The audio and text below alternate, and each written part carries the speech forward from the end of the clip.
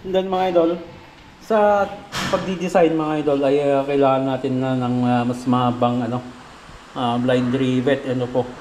So 532 by 1 na po ito. 1 inches. 532 by 1 inches na po yung ginagamit namin sa mga design para makasigurado po kaming aabot po itong blind rivet doon sa sa metal faring. So pag di-design mga idol, paglalagay ng mga design na ganito ay hanggat maaari gawan natin ng konting plano mga idol, para pag nag-design na tayo, yung ilalim po nito na metal faring ay tatapat sa ating mga rivet. Yung wall angle na didikit natin diyan ay tatapat mismo doon sa taas, yung metal faring, yung metal frame natin sa taas. And then pwede rin pong gumamit ng screw. Yan So ito yung sinasabi ko kanina mga idol, na hanggat maaari pag ganitong may design, gawan natin ng konting plano yung sa framing niya, para yung ating mga wall angle na yan ay tatapat mismo doon sa metal faring natin sa taas.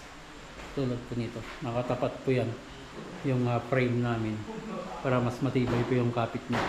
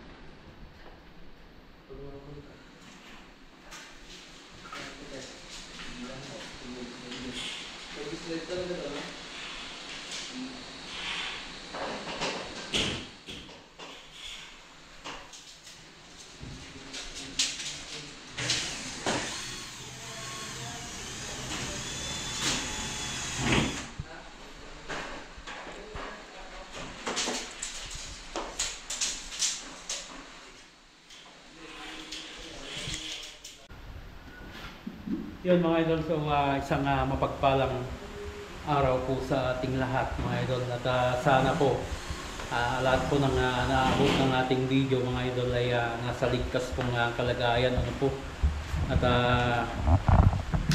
baon po sa lahat po ng nasalanta po ng bagyo. Yan, so after ng bagyo mga idol, nag-resume na po yung tropa dito po sa sawmill project po. So i-update po natin ito mga idol.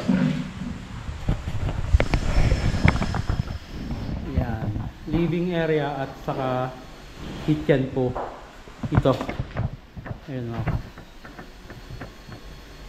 So yung design na lang po dito sa kitchen yung kulang mga idol. Ayan. Then sa kulay mga idol, puti lang naman po ito na gloss. Ayan So nagsisimula na yung ating final touch para sa ating sa kisame po. Then meron na rin po yung mga sliding window nila. Shout out kay JR Sunyaga. Then dito sa master's bedroom mga idol, nakapag simula na rin po tayong magpa-design po dito po. So yung design dito mga idol ay malimit nating makita sa mga bedroom po talaga. So yung mga ganitong design mga idol ay sa mga rooms natin makikita. Ayan. So may ilaw tayo doon sa gitna. Then yung center light niya talaga ay nandito sa gilid.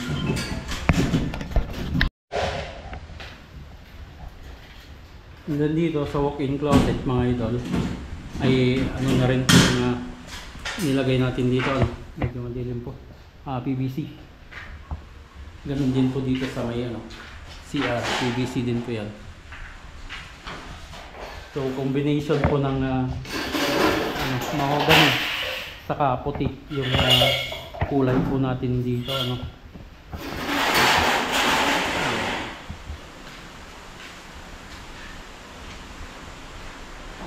Akyat tayo sa taas. Yan. So dito mga idol, yung opening po ng hagdanan, PVC din po na plain yung nilagay natin dyan.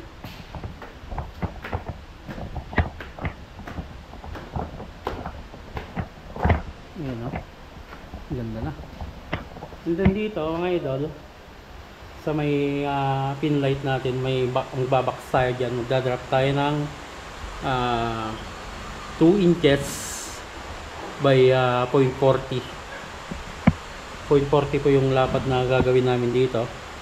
Ibabaks namin po yung mga pin light. Pin light dito sa may hallway. Then living area po ng second floor.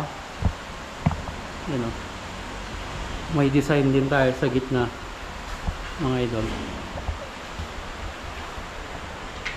So halos patapos na from 1. Then room 2, medyo madilim na. Daughter's bedroom. Then sa CR. So halos plain ceiling lang naman po mga to. Ang ganda. Ang ganda ng kombinasyon ng brown sa puti. So yung mga box natin dyan, ma-drop natin mga idol sa may mga pin light.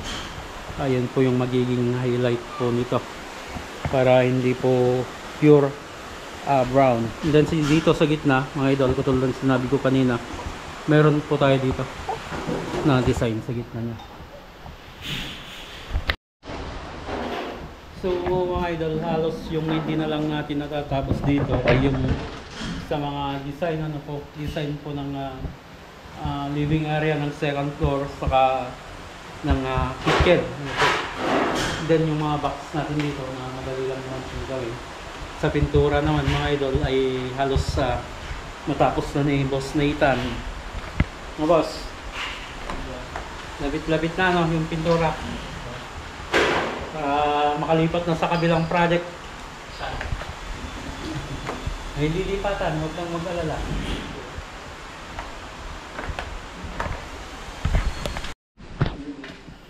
And then mga idol, additional po dito sa ating sawmill project ay gagawa tayo dito ng wash area. Yan. Wash area. And then dito mga idol, itong CR na ito, puputasan po ito. Then sasaraduhan po doon. So wala na po yung pintuan ng CR doon, dito na po sa labas. Then may extreme line tayo dito na 2. Di tayo kakamali, 2.20 mga idol, yung extreme line natin dito hanggang doon sa gilid. Flooring lang naman po ito, saka bubong yung gagawin dito. Yun mga para, yan yung update dito sa ating sawmill project. So konting-konti na lang mga idol. So estimate natin dito ay 1 week pa ay matatapos nitong sa Kisame. So hanggang dyan mga idol, lagi po tayong mag-ingat at God bless po sa ating lahat.